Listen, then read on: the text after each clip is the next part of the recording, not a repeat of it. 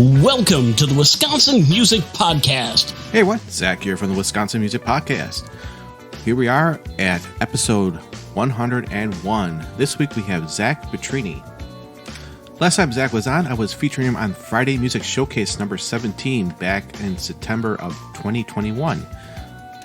Reading his bio, it says, one needs only drop the needle on Pietrini's new release Rock and Roll is Dead to see why he is so lauded in Milwaukee and beyond.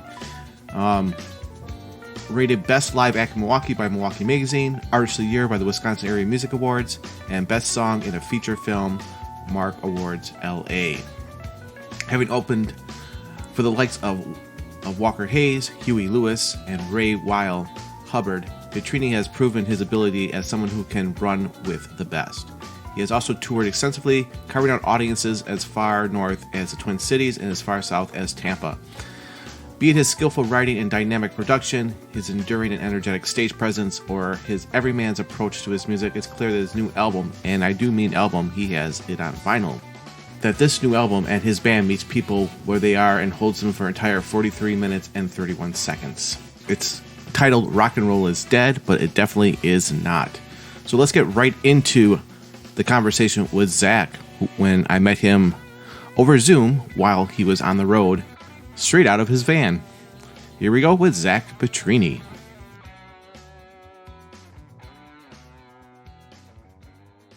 Welcome to the Wisconsin Music Podcast.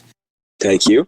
Zach's going to tell us about his involvement in the Wisconsin music scene, kind of his music origin story, stuff he's done. So let's get right into it. So, Zach, welcome to the podcast. Thank you. Yeah, man, you too. Yeah, good to be here. We're in Indianapolis right now, and I'm in our tour van. We just grabbed coffee, and we're getting ready to rest up a little and get to the next gig. So, so you guys are doing a U.S. tour, or what's going on? Yeah, so we just released a record September 23rd. It came out. It's called Rock and Roll is Dead. So we hit the road a week after.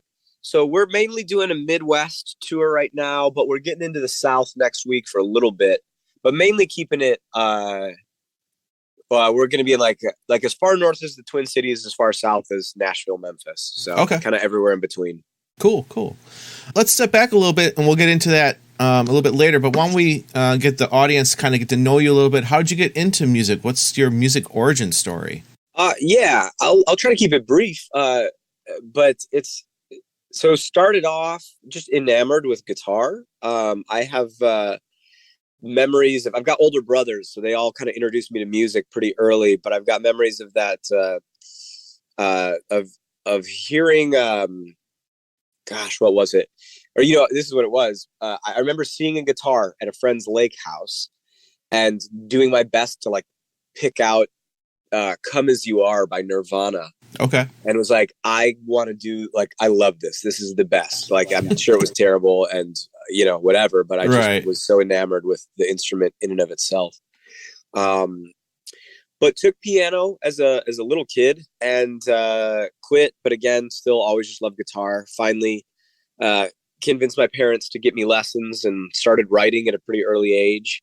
Kind of fast forward a bit, played a ton. I mean, there's not a lot of places to play, obviously, like a kid, but growing up in the church world, played any chance I could get on like Sundays. And then my friends and I joined bands and tons of bands and throughout high school and into college, but didn't know if I was going to do much with it. Like I knew I really loved it, but I, was still kind of confused. And this is back, I lived outside of Chicago at this point, but went to college and was working on a record. And it was actually my dad who really kind of encouraged me to go for it. So I played him some of the demos that I was working on, and he's like, these are like decidedly better than anything you've ever done before. Like, are you thinking about doing anything with this? And that kind of lit the spark. So a year later, I dropped out of college and started recording and haven't really looked back. It took a couple years off in between relocating from Chicago to Milwaukee, but yeah, man, that's kind of how it started. And it's been, there's ups and downs and there's seasons where it's like busier or not. But for the most part, I've been just making music stuff work that way for a while now. Okay. So obviously you were starting before the pandemic. How did the pandemic kind of affect your your music career at that time? Yeah, not great. Right. Yeah, the pandemic hit, and I was on tour. I was like 5-6 days into like a 17-day tour. I was in Nashville, and it shut. Like we were supposed to play South by that year. Okay. And we saw that it closed, like it shut down. And as soon as South by announced that they were done, everybody, pulled the plug. Venues started closing, restaurants, and then there was like official lockdown. So, it was tough just because, you only have so much energy, and every year that you can't do something that requires a lot of energy, you feel the loss for sure. Yeah. And I think on this side of it too, I mean, that's probably, of course, like there's economic loss and there's all that stuff, but the thing that I think that I feel it the most is just in time. I had an album that was most of the way, like I finished writing it. I was getting ready to like start getting into like post-production and that's actually this album now. Okay. So it's like 2 years later. Right. So again, it's just like an issue of time. Honestly, the one thing that was nice about it was it just did provide a break after, like, I was on and off the road that whole year. My son was only like 2 at the time, maybe 3. And so it was like, it was my second kid. And I was running around like crazy. So it made me slow down, which was good. And got to work on another project, which was great. I did a co-release with a songwriter from Memphis who I was on tour with. We were like, shoot, if we can't do our tour, let's just like write an EP together. So we did, and it turned out well. That was a release from last year, but yeah, so mixed bag for sure. Yeah. That's kind of what I've been hearing from a lot of musicians is like, it's like, it's a huge, disappointment because if they have things lined up and then all of a sudden everything gets shut down. But then again, like you said, you get to take a little step back and kind of go, okay, what else can I do during this time? And you fill your time with something different that you didn't think was going to happen anyway. Yeah. Cool. Do you come from a musical family or are you like the odd man out? Yeah. In my immediate family, I am the odd man out. We do have music like in there. My mom's side is actually pretty musical for the most part. But I mean, my immediate family's pretty straight. It was like one person in each like chunk of the family really kind of like got the itch and ran after it. But I'm the youngest of 4. My brothers all, they've got 9 to 5s, and I decided to be the weird one. So, or are they the weird ones and you're the normal one? Yeah, I guess it depends on who you ask. Right, exactly. One of the questions I do ask is your perspective on the local scene, the attitude of it, the positives and the struggles of it. So, what from your take, what do you see as the positives of the local scene, and what are some of the struggles that you're seeing? Yeah, positive of specifically the Milwaukee scene. Coming from Chicago, I was used to like, gosh, you got to work so hard just to get on a bill. And then you get on a bill and it's with 3 other bands and you're still not even talking to who like the booking agent is a lot of times, or if you are, it's in a very like roundabout way. It's hard to know how things went, if you're going to come like it. There's just a lot of like, there's a lot more hustling that you had to do to find a show. Whereas here, it's way easier to just like talk to the person you need to talk to. Which is really helpful. Obviously in booking shows, there's not as much like, it's hard enough to get 4 or 5 people's schedules to align to book a show, let alone, dealing with a venue where your communication is sparse or it's hard to like hear back or whatever. So that's really good. I think one of the things that I've just been a huge, like it benefited me a lot, has been that because it's a little bit of a smaller scene, it's not like a big major city, but it is a city. That's like a really sweet spot, I think. Because, you again, and this is just from being living in Chicago doing music there, but like every night of the week, you're competing with a national touring act. like at one of these big theaters and stuff. Yeah. And so if you're not like aware of some of those schedules, you could, like, I remember one night we had what was a pretty important show for us, and like Sufjan Stevens was playing at the Chicago theater. Like every one of my friends went to that show, Yeah. like, and I don't blame them. Right. So at least in Milwaukee, what's nice is, it's like you're not fighting so much, I think, and that's really good. People have been quick to adapt to the project too, which has been really nice. I think what's hard about the scene is that because it is a smaller city, and like I've heard this from a lot of other people too, where it's like if you don't come from here or you don't come up through this scene, and I've definitely felt this too, it's like I don't know, feel a little bit like an outsider. Like It takes a while to gain people's trust and get in those circles and restart or start new. One thing I'd really like our city to I'd like to see here is more like medium-sized clubs.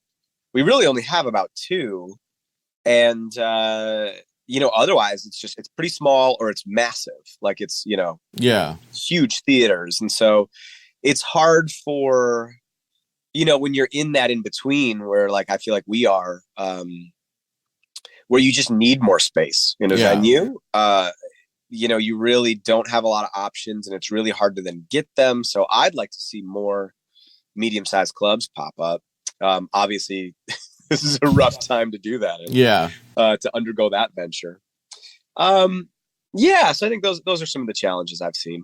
Cool. Yeah, that's interesting because I think you're one of the first ones to bring that up, is needing something in between the smaller and the larger venues. But that makes sense. You have, there used to be places like I'm in Racine, and there used to be a few places when my dad was, in his young 20s, when they had like the Venetian Theater and stuff in Racine, but that just all turned into parking lots now. And that seems like if I can make more money parking cars here instead of running a venue, that's what they're going to do. Right. So, yeah, I hear you, but maybe things will start turning around. They say life is reciprocal, so eventually maybe it'll come back around. Yeah. That'd be cool. I think so too. Now, you had mentioned your recordings and your albums. Why don't we talk a little bit about newest one that's out, that came out in September? Why don't you kind of take the audience kind of through the whole timeline of starting it, recording it, where you recorded it, or if it was a DIY, how you did that, and through the mastering and the release. Cool. Yeah. So the way it started, I was working on a different project and needed some new drum parts for this project I was working on for one of my releases. And a friend recommended to me this guy named Kyle White. He's got a studio. He just moved, but he was in Milwaukee. It was called Cave Studios. It's his studio. Anyway, this guy Kyle retracts some drums for me at his studio. And he asked me, he's like, well, hey, what are you doing with this EP? And I was like, well, I'm going to release it. I'm in a band, like we'll tour on it, whatever. He's like, okay. He's like, well, have you ever considered like writing for licensing for film and TV and stuff? And I was like, well, of course. Yeah. Like I'm a songwriter, but I had no idea who to talk to even like get the door open there. And he's like, well, that's what I do primarily. He's like, I 80% of my time is just writing and recording stuff for film and TV. So we made a deal, and this was about 2018. Okay. He's like, for every song I write for him for licensing and we record it together, he would let me have studio time for whatever I wanted. And so it was basically just Kyle and I who worked on this. So 2018, I was in the writing process, 2018 through 2019. I think I got in the studio with Kyle working on this project in about middle of 2019. And so it was mainly just he and I, my keyboard player, my good friend, he does background vocals. He's been playing with me for years. He came in for a couple sessions because I can't play piano as well as he plays. But between that, other than that, I should say, he did some background vocals as well. Yeah. But other than that, Kyle and I just did the whole record at his studio.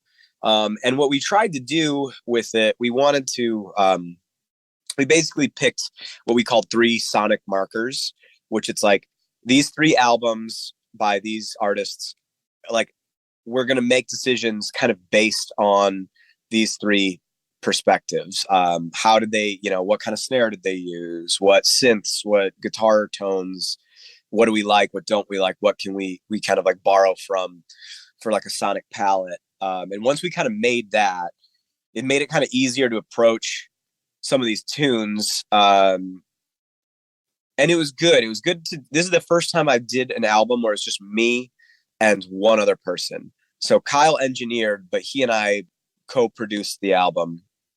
And yeah, it's just hard to protect the vision sometimes when you have like 5-6 other musicians that you're pulling in on a session. You only have so much time. You only have so much energy. So just doing it, the two of us, it was just quicker in the sense we could make decisions fast. Gotcha. And there wasn't as much like, it's funny to say, it's like you're not as your ego isn't as attached, I think, at that point, because you're just like, well, we're just looking for the part that fits. It's not like, oh, I wrote this part for this. It's like, okay, let's just look at these songs as what does it need, not what am I bringing necessarily, if that makes sense. Yeah. So yeah, we finished that in 2020. I want to say winter, or no, what would that have been? Yeah, like January, probably. Okay. 2020. Okay. And so it's been in post-production for quite a while, because then I paused it and released the different projects. But Kyle mixed it at Cave Studios, kicked it out to Justin Perkins over at Mystery Room Mastering. He's in Madison now. Yep. Justin moved to Madison? He did, yeah.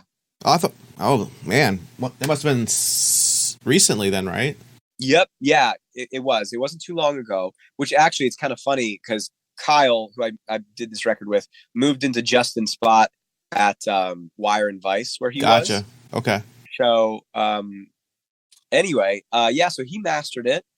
And then Super Duper out of Madison took care of the vinyl for me. And that was, one of the reasons too we sat on the record is because we wanted to do vinyl, and we knew we were getting in a line, and we got it with like 6 days to go before our tour started. Jeez. So it was, how much does vinyl take now? How much does it cost to do a vinyl album? It's not cheap. Yeah. We pressed 200, and it's probably all said and done a little over $2,000. Wow. So it's nice because it's like people don't really buy CDs anymore. Like people will buy vinyl and they'll buy sweatshirts. Yeah. It's the only thing I can sell. Right. So it is pretty necessary. It really does cover. And we ended up doing a Kickstarter that succeeded, and people were really generous, and that was awesome. So we were able to kind of put some of that money towards fixing up the van, printing the vinyl, buying some merch, doing music videos, and kind of having a little bit of extra cash for emergencies on the road. So that was great. And like I said, so that the album came out digitally on the 23rd, and we started like selling it on the 30th of September. And that was our tour kickoff in Milwaukee. So cool. So this album, what would you say is like the main topic, or is it multiple topics for this album? Yeah, the biggest the biggest arc in this record is the idea of perspective, and like the way I see it playing out is like, here's a situation. It could be like in a relationship, in something that you love, in anything. Here's like what it was, here's what it is, and now like what are you going to do about it? How does that affect your life now, seeing it not just in a nostalgic way, so not just seeing it as an isolated event in the future, if that makes sense. Like there's a song on the album 17, it was the second single,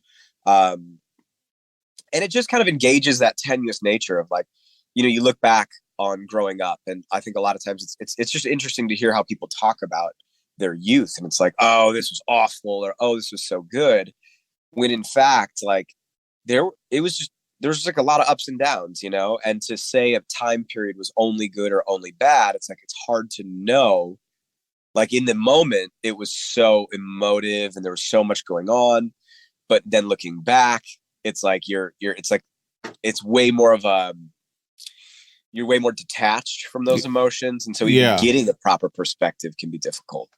So this kind of engaged a lot of issues of perspective. You know, there's another one, the other single, What Are We Now? It's like, what do you do when, you know, you have a fast, young love that's, as you and your person continue to grow and get older, you inevitably change, and you're looking at this thing that is way different than it was when it started. And what do you do when you find yourself in those places? Right. So that's a lot of the narrative arc for sure. Cool.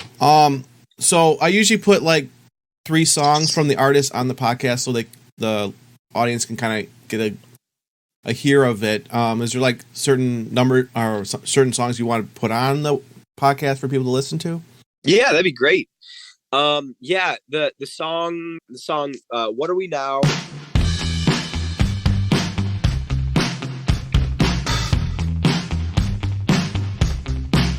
It was new, it was cute, hell, it was something to do. Young love holds up with nothing to lose. Now she's dragging on a cigarette, replaying the lines from the years of regret, wondering how we got here.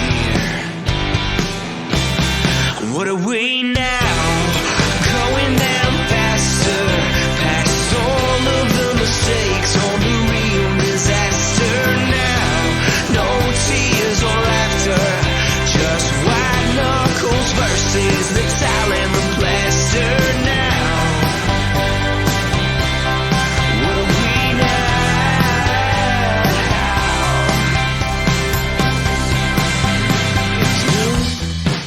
It was you, hell, it was me too.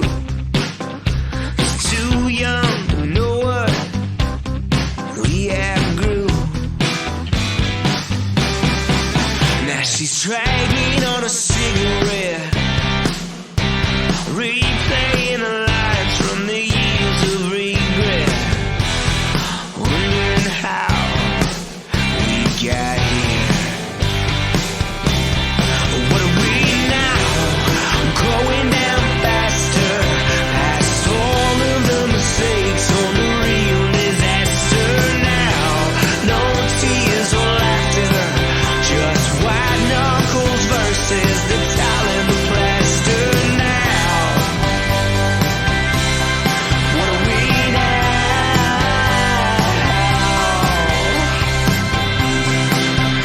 It's too late tonight, and you're screaming out.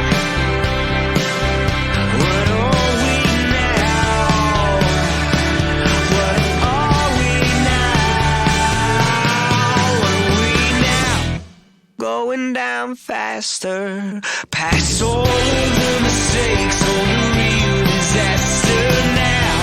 No tears or laughter, just white knuckles versus the tile and the plaster now. What are we now? What are we now? What are we now?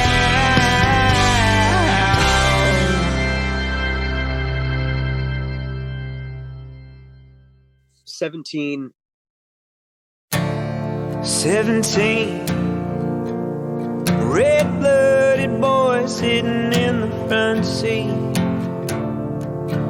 Didn't know, I didn't know a damn thing.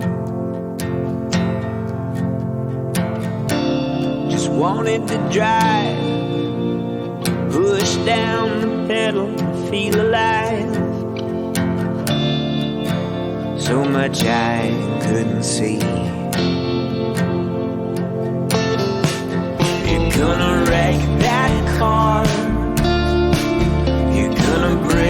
hearts. Slowly learn to fall apart.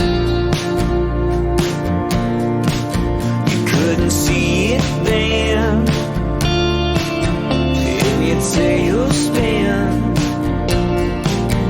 just hurling through the suburban town again, wondering what in the hell was I thinking. Oh, 17, 17, fast to the gas, quick to speak.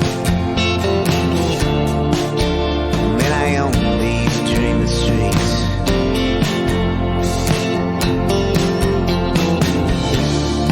Someone's the fire, spark and plug instincts, the fuel of night. It was time to test some steel. You're gonna wreck that car, you're gonna break some hearts. Slowly learn to fall apart. You couldn't see it then,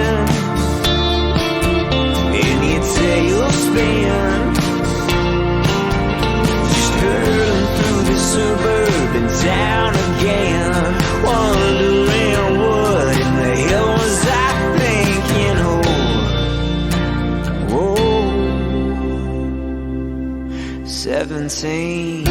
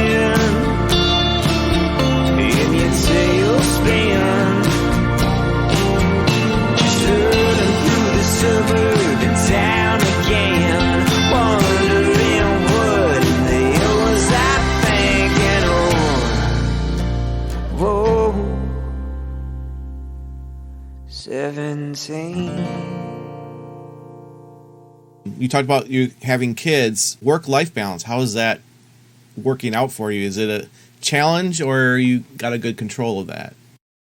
It's definitely a challenge. And, you know, I mean, every couple of months, usually how it happens is like at the end of each tour or really busy season, my wife and I kind of sit down and talk about what's working and what isn't, what has to change. Which, I mean, I think that's helpful in trying to figure that out, you know, but there are seasons where it's like, what's hard about this business is like, you set your course, you make the plan, you do it, and then you can edit and evaluate. But the problem is like, you have to do it. So, yeah, it's challenging, but also at the same time, you know, it's like weird. I think we're getting closer to finding the sweet spot. This tour, we're doing like 3-day weekends and then home. Last year at this time, we did 24 dates in 30 days. I was home for like 7 days in October. And we both were like, my wife and I were like, no, absolutely not. We're not ever doing this again. Yeah. Cause she was, you know, single parenting 3 kids for a while. So, and I get that. That's really hard. Yeah. So yeah, it's difficult. But it's just like a learning process. And I think, I mean, I got lucky. My wife is very willing to like feel that out with me, to look at it. And it's not like, what the heck? It's like, oh no, we're both still trying to learn how do we do this well.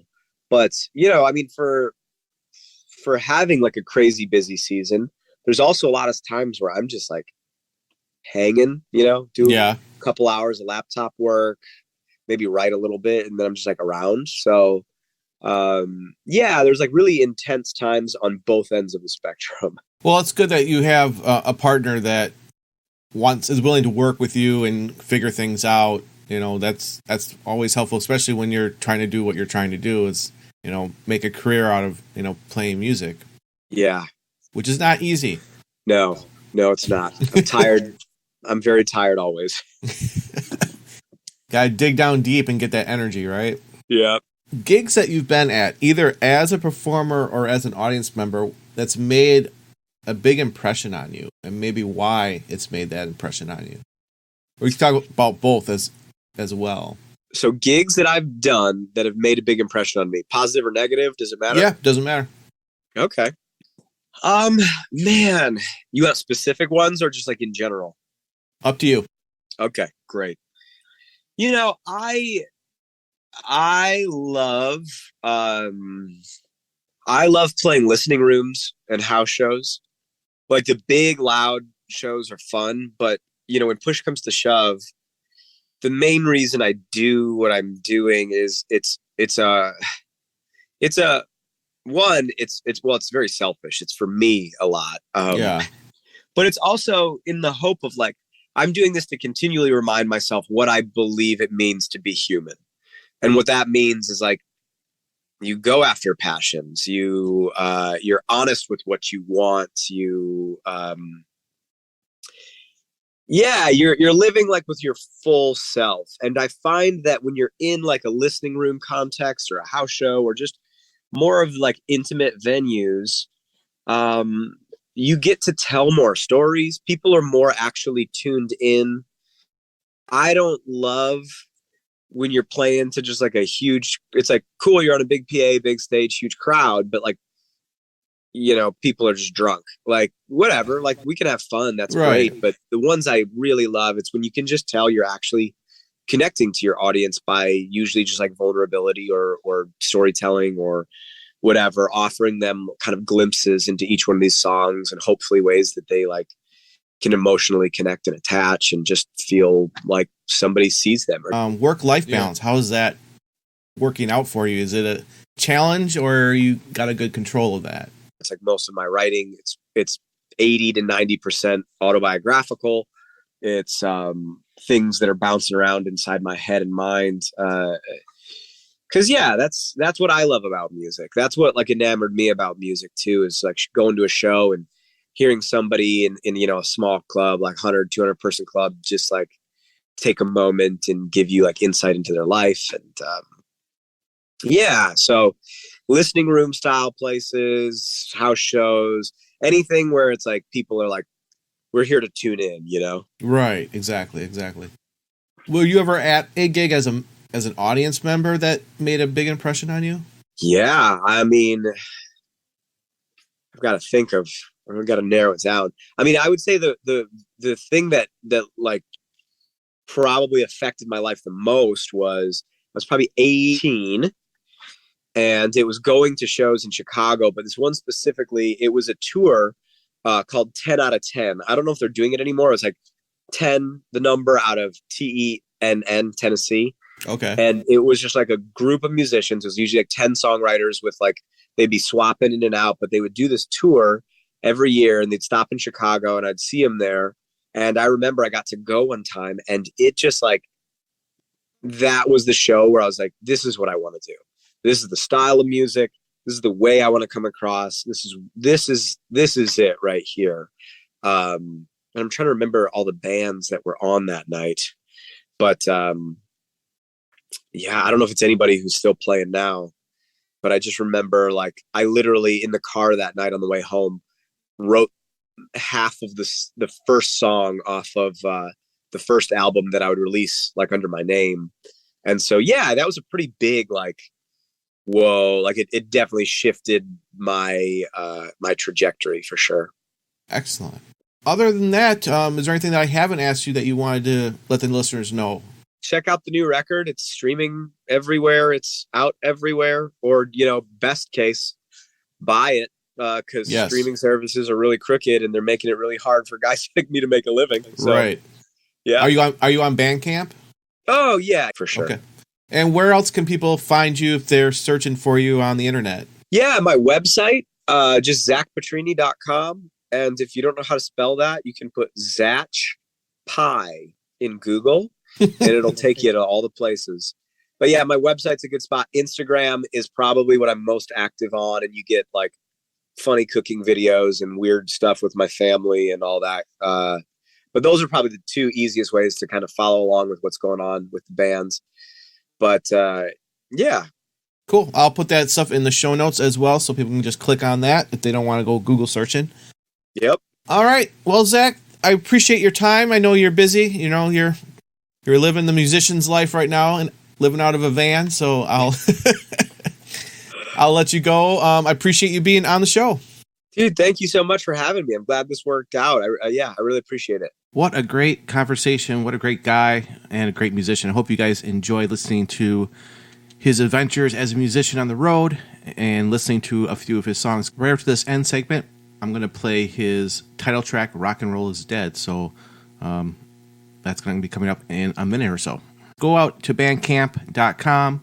Check Zach Pietrini's music, buy it, help support all these great musicians out there. Don't forget, we have a great concert coming up at Shank Hall with Milwaukee band Alley Eyes, who are going to be opening up for Racine native lead man Noah Lekas of American Restless, who also plays guitar in the touring act Silent Comedy. So go check that out at Shank Hall on May 12th. Tickets are available on the Shank Hall website. Well, that's it for this week, everybody. We'll see you next time. Thanks for listening.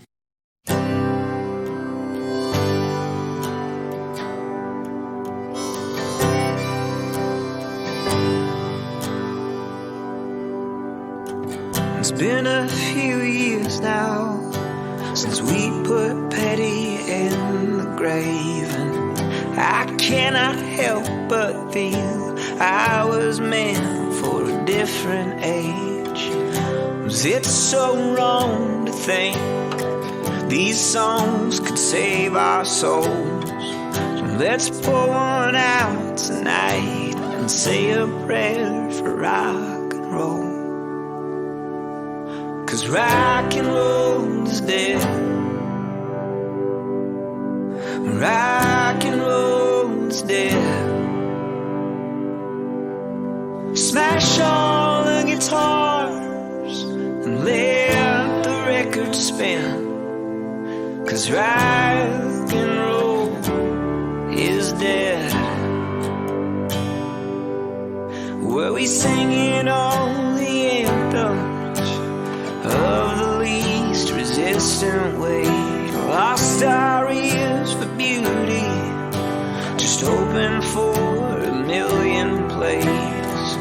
Then we went cheap as hell, 'cause the price was our souls. So drag deep on that cigarette and say a prayer for rock and roll. 'Cause rock and roll is dead.